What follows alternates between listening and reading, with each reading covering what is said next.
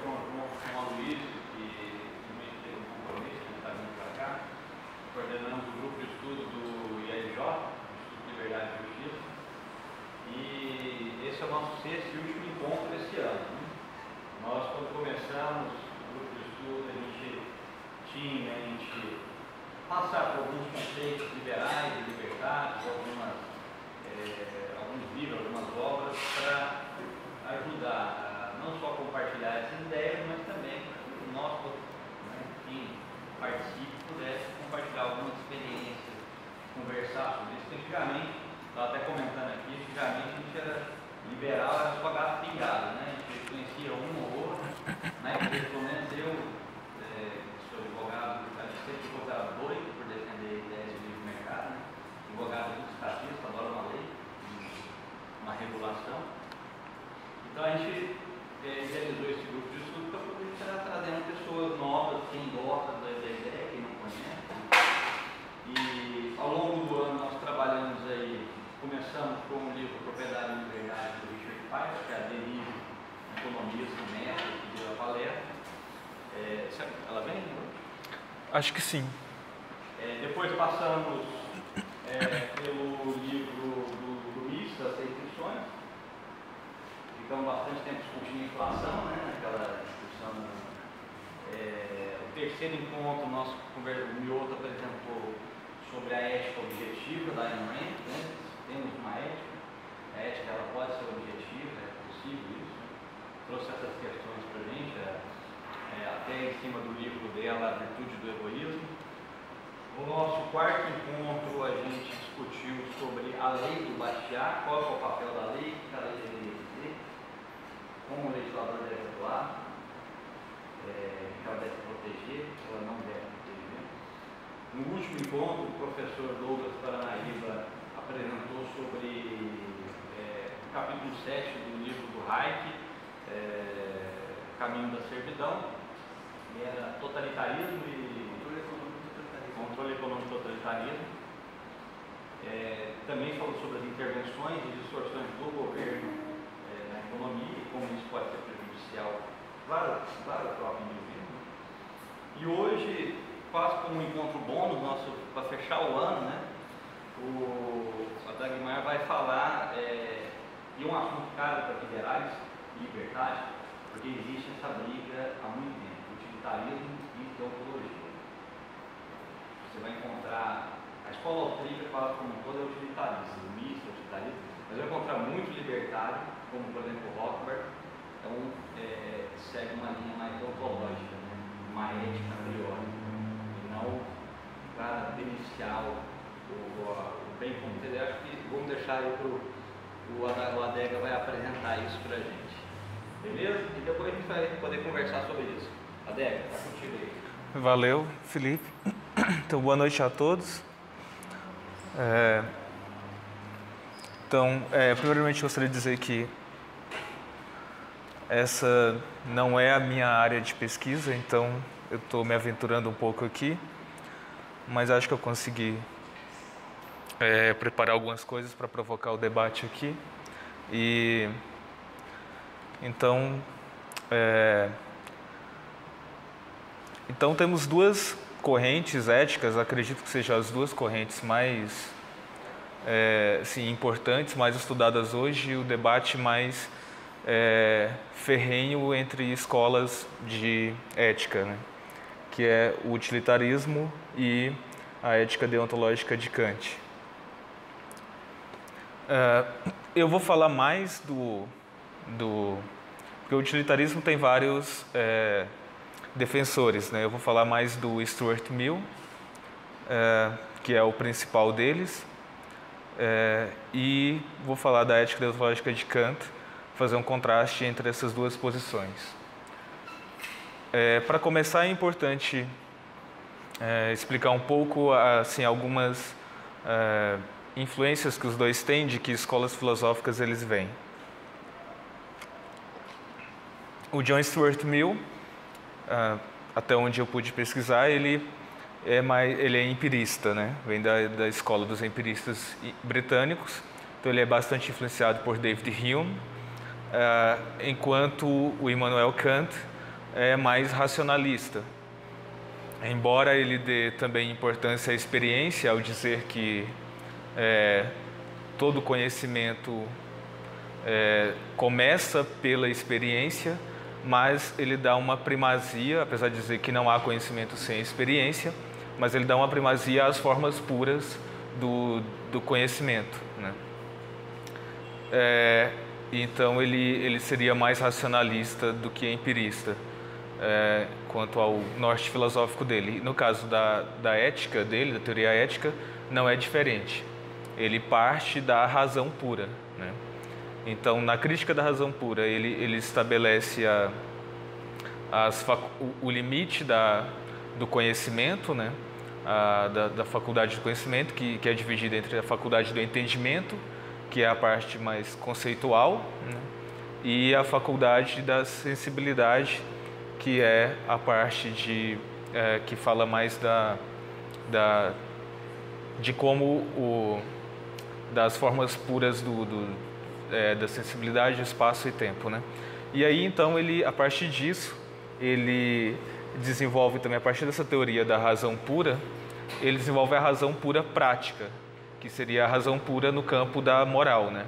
No campo prático, a questão da ética e da liberdade. E ele fundamenta, então, a razão, a moral, nesse sentido, através de leis da razão, leis a priori, ou seja, que são independentes da experiência, né? Na distinção a priori e a posteriori, que foram termos cunhados por ele. Ele diz que a posteriori é aquilo que depende da experiência, e a priori é aquilo que é independente da experiência, aquilo que só com as formas puras da racionalidade é possível estabelecer uma espécie de conhecimento. Então, avançando, eu vou falar um pouco primeiro do utilitarismo de John Stuart Mill e depois da ética deontológica de Kant, e comparando os dois. Bem, Mill... antes disso, só o contraste mais básico entre essas duas correntes éticas é que o utilitarismo é uma teoria ética consequencialista, na medida em que ela prescreve que, para julgar um ato como moralmente correto ou incorreto, deve-se levar em conta as consequências do ato. Já numa teoria ética deontológica, é prescrito que se deve levar em conta se o ato é motivado por uma regra moral ou princípio moral, e não as possíveis consequências do ato. Então, não importa as consequências para uma ética deontológica, o que importa é se o ato é motivado por uma regra moral, se ele obedece à lei moral da razão. E não basta, como a gente vai ver melhor mais para frente, não basta que o ato seja, ou a ação seja, que ela tenha conformidade com o dever. É necessário que ela, além disso, ela seja feita por dever e não por uma outra razão qualquer, não por uma consequência qualquer.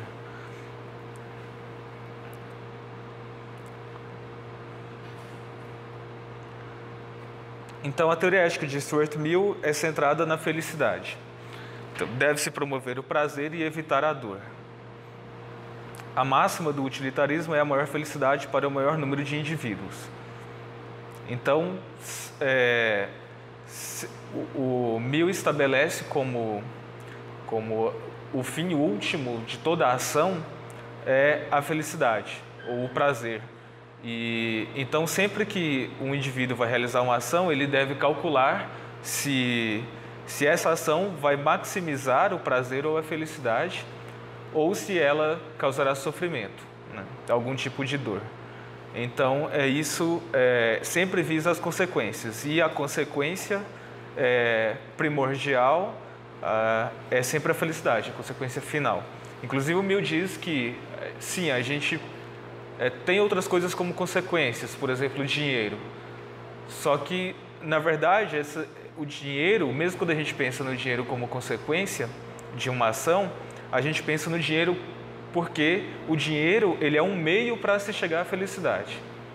para obter algum tipo de prazer ou evitar algum tipo de sofrimento. Então, o fim último é sempre a felicidade. Mas não é meramente a felicidade individual para o meu. Ele dá uma primazia à felicidade geral. Ele acha que a felicidade geral é mais importante do que a felicidade de um indivíduo só, isolado.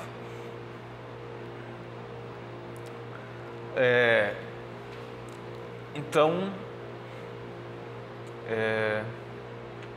uma ação é julgada como boa ou má, moralmente, para o utilitarismo, se ela proporciona algum tipo de prazer, e ela é má se ela causa algum tipo de dor. E é importante, então a máxima do mil é essa, assim, a maior quantidade de prazer possível, ou felicidade, para o maior número de pessoas possível. E isso vai trazer muitos problemas, como a gente vai ver mais para frente. Então, de forma assim, bem resumida, é isso que é o utilitarismo. Então, agora eu passo à ética deontológica de Kant. Então, Kant propõe uma ética que se justifica por ela mesma. Não precisamos promover a felicidade nem visar alguma outra consequência. Então, não é importante para o Kant que uma ética deva ser pensada como um meio para se chegar a algum fim. Não, mas a própria ética, ela mesma é o fim, né? Ela é um fim em si mesma. Ela mesma se justifica porque o importante é o próprio ato, é seguir a própria lei ética, independente das consequências dessa lei, né? Da ação. Então, devemos agir moralmente para preservar a dignidade humana. Então, para o Kant é muito importante a noção de dignidade humana. E devemos pensar em uma vida funcional em sociedade, usando nossa liberdade de pensamento para desenvolver um código moral. Então, Kant diz que nós devemos pensar, e ele pensa a própria teoria ética dele, para preservar a dignidade humana. É nesse sentido que ele pensa, mas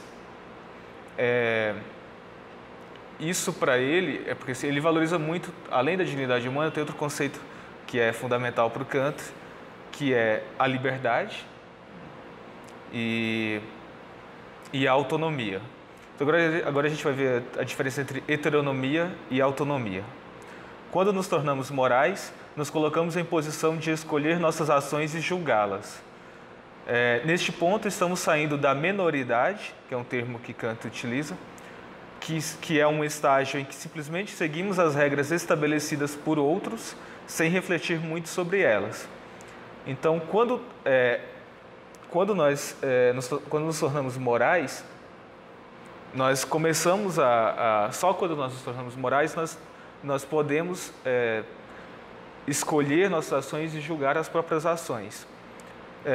E esse é o momento que nós saímos dessa menoridade, esse estágio que a gente simplesmente segue regras estabelecidas por outros, e assim como uma criança faz, por isso ele usa o termo menoridade, né? E aí, então, a partir desse momento, nós passamos para a maioridade, que é o estágio em que exercemos nossa autonomia para legislar sobre nós mesmos.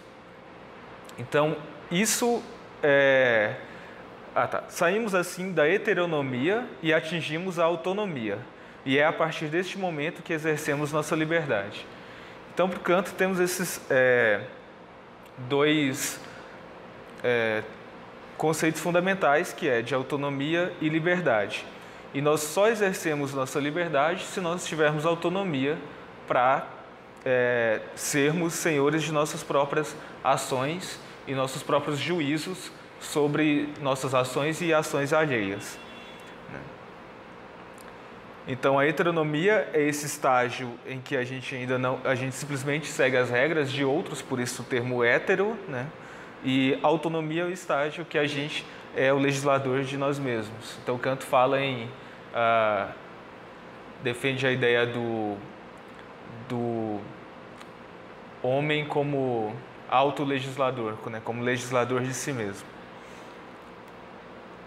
E a autonomia é um conceito que está em toda a obra filosófica de Kant e sempre é muito importante. Então, as ações devem ser morais para preservar a dignidade humana. Isso significa que o ser humano deve ser visto como o próprio fim último da ação, e não como um meio para outra coisa. Então, no utilitarismo, é aceitável você usar o ser humano e ver o ser humano, seja você mesmo ou outro indivíduo, como um meio para se atingir a felicidade, para obter algum tipo de prazer ou para evitar algum tipo de dor. Isso para o Kant é inaceitável. As ações morais devem sempre preservar a dignidade humana, que é essa ideia de preservar, de ver.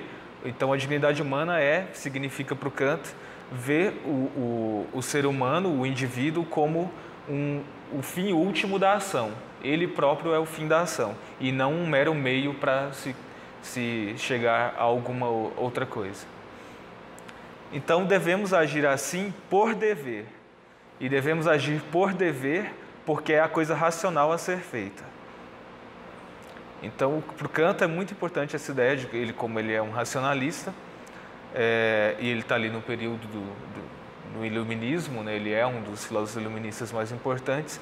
Então, ele tem essa ideia muito forte da razão como a ferramenta mais importante para resolver problemas filosóficos, problemas éticos e tudo isso.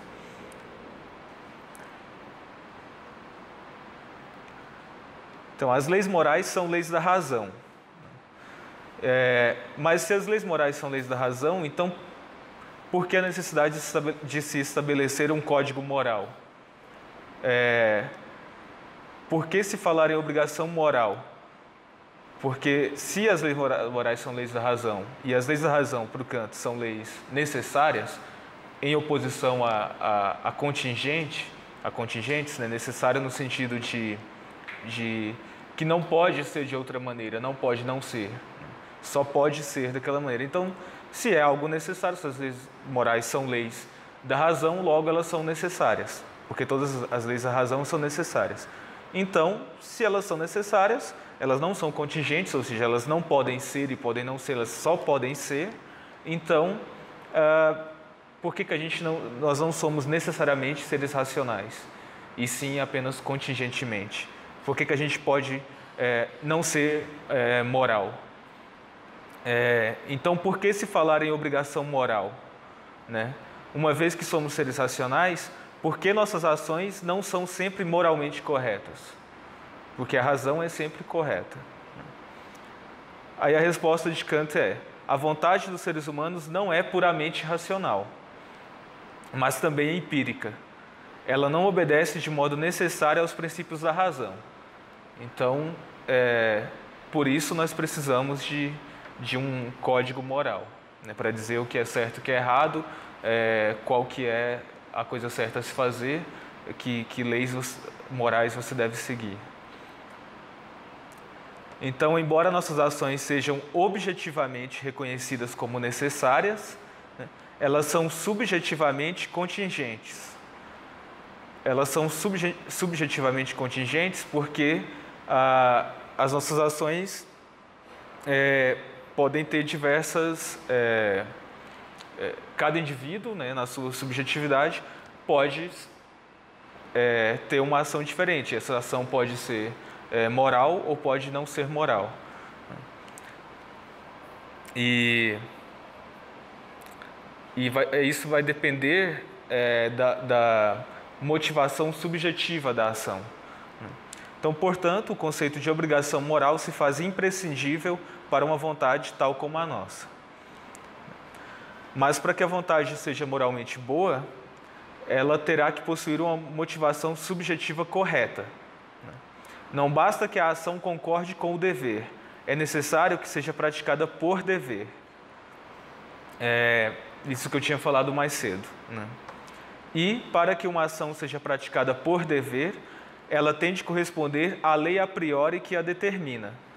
Ou seja, o dever pressupõe um princípio a priori da vontade como determinante da ação. Essa é a parte mais complicada de entender da minha exposição, porque aqui envolve mais questões filosóficas, assim, mais pesadas, né? Que envolve um monte de coisa. Então, mas assim, de forma mais simples, a ideia é que a vontade e consequentemente, qualquer ação da vontade, né, a vontade do indivíduo, ela é determinada por... Uma ação é sempre determinada pela lei, por um lado ela é determinada pela lei a priori, né, que diz o que é certo, a lei do dever, né? Mas isso só não é suficiente, porque você pode simplesmente desobedecer o dever. Então, para que você faça uma ação correta, o que você tem que fazer como indivíduo? Você tem que ter a motivação subjetiva correta, que é seguir o dever que é estabelecido pela lei a priori. E só assim, sua ação será de fato determinada pela lei a priori, né? Pelo princípio a priori, que diz qual que é a ação moralmente correta, né? que orienta a ação.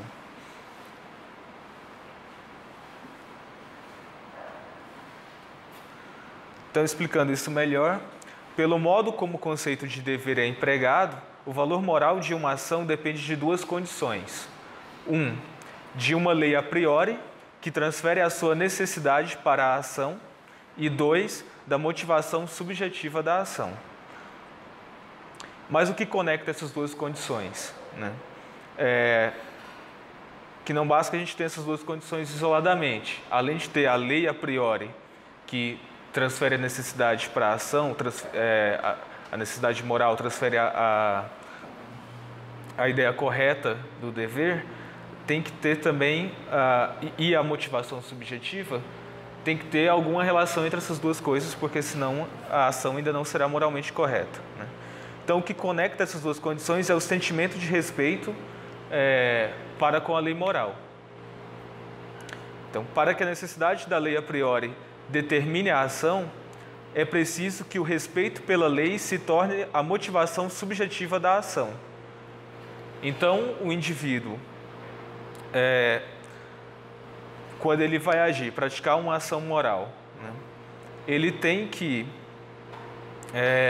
além de observar qual é a lei que determina, a lei moral que determina o que é a ação, o que é uma ação correta, ele tem que usar esse respeito pela lei, ele tem que respeitar a lei e usar esse respeito por essa lei como a motivação subjetiva da ação dele. Ou seja, ele vai ter que se motivar pelo próprio respeito à lei.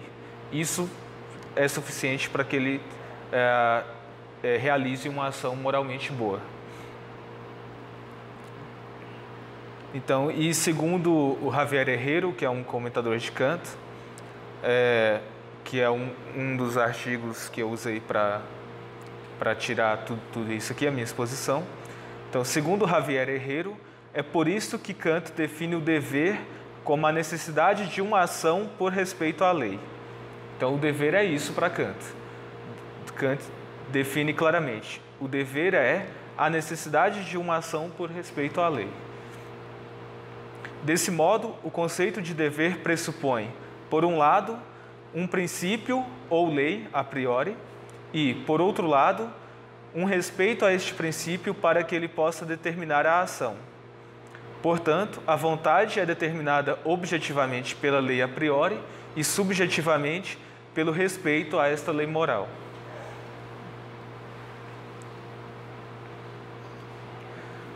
Mas que lei é essa que determina a vontade para que ela seja absolutamente boa e sem nenhuma restrição?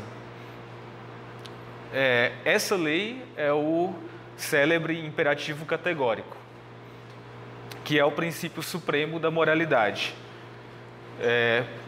Então, e a primeira formulação do imperativo categórico que o Kant dá é a seguinte: abre aspas para Kant. Devo proceder sempre de modo que eu possa querer também que a minha máxima se torne uma lei universal. Então, assim, o indivíduo, ele reconhecendo a lei moral na consciência, ele deve sempre agir de modo que a ação dele possa ser reproduzida por qualquer indivíduo perante a dada situação, perante aquela mesma situação que o indivíduo se encontra, né? Então, esse é o princípio supremo da moralidade para o Kant, né? O imperativo categórico. Então, essa lei,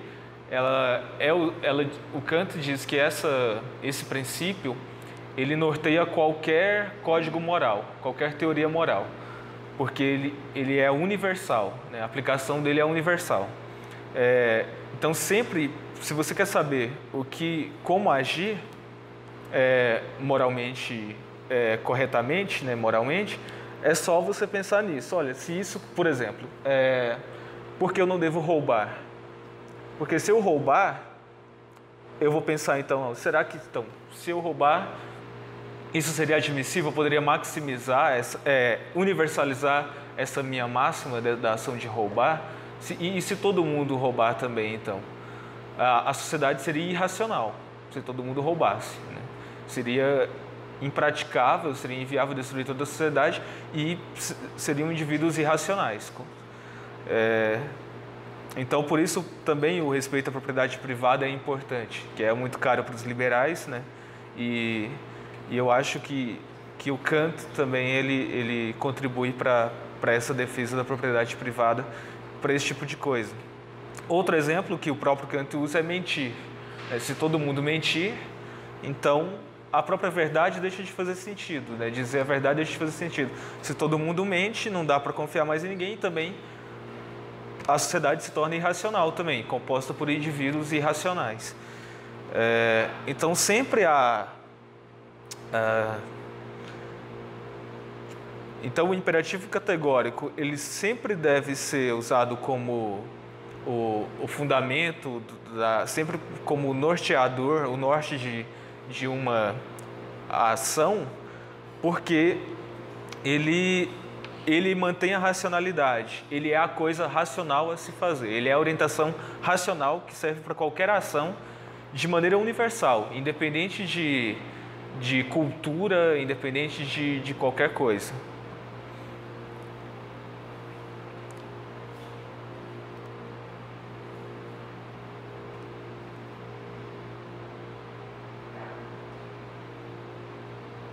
Então, o imperativo categórico ele tem caráter universal, ele pode ser aplicado a qualquer sociedade ou cultura.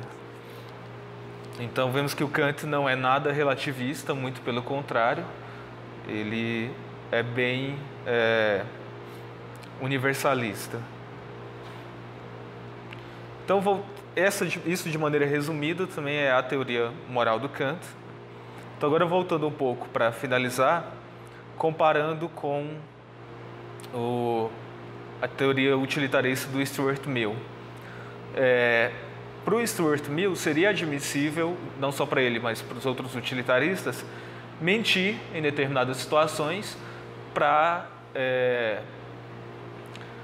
alcançar mais prazer e promover a felicidade ou aliviar a dor e o sofrimento, seria admissível.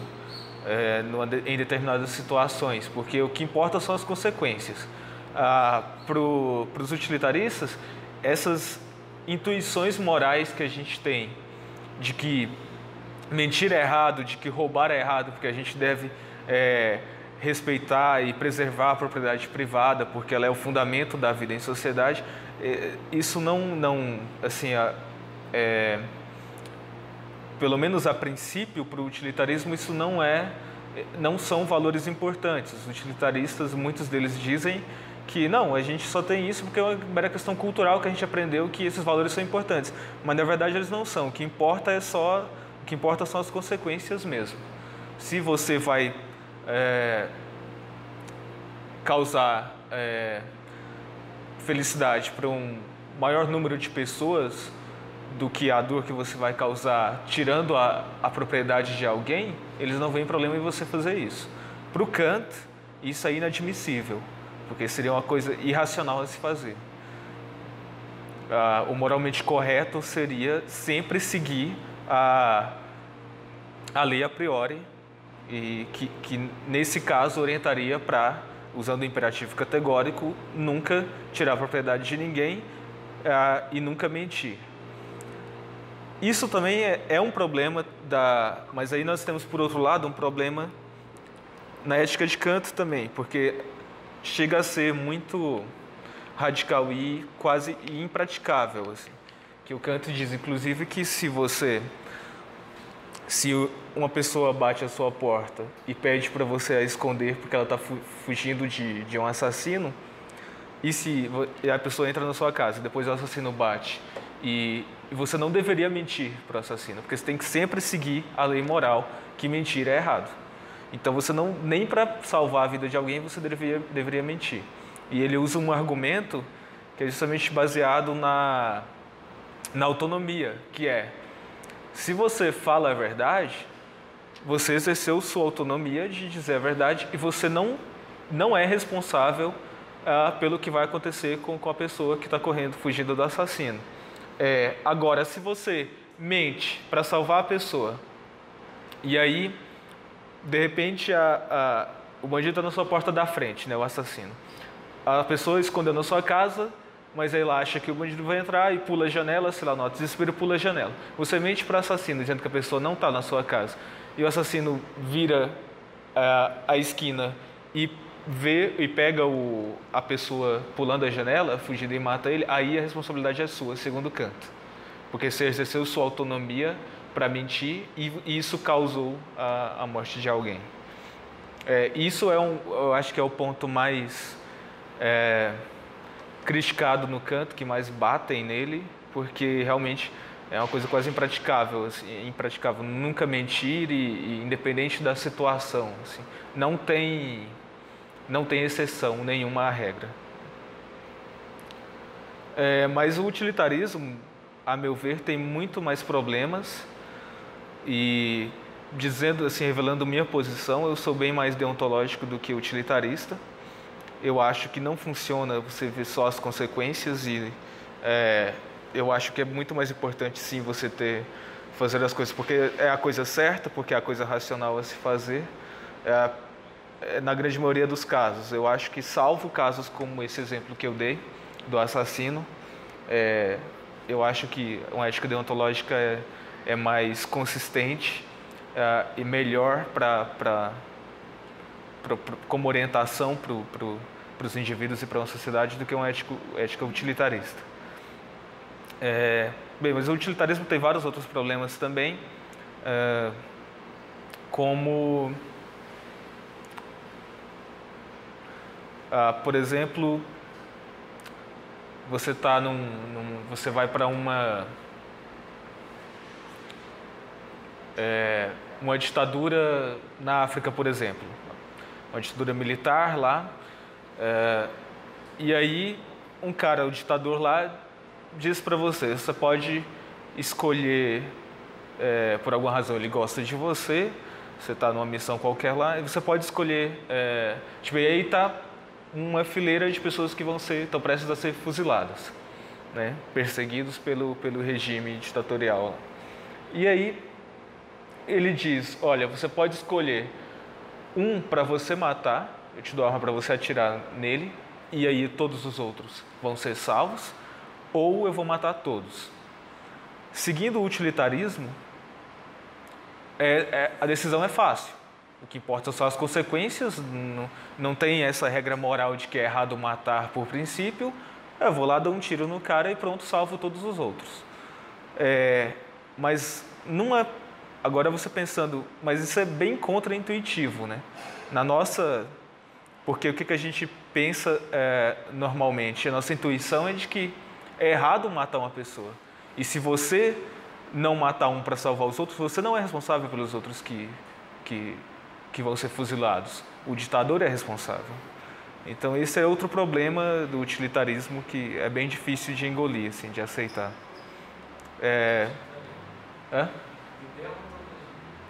Não, esse é o problema do utilitarismo. Que se você for utilitarista, você vai matar o cara para salvar os outros. Entendeu? E o problema é que isso é contra a nossa intuição do que é certo moralmente, né? que você não tem responsabilidade se os outros vão morrer, não é você que está matando os outros. Agora, se você é responsável por matar aquele cara, se você matar ele, então matar ele seria mais errado para um deontológico. O errado seria matar um para salvar os outros. Para o utilitarista, não. Isso seria o certo.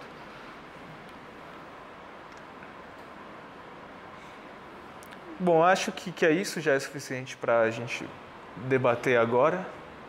E é isso, eu espero ter deixado mais ou menos claro. E sintam-se à vontade para fazer questões e contribuir com a discussão. Obrigado.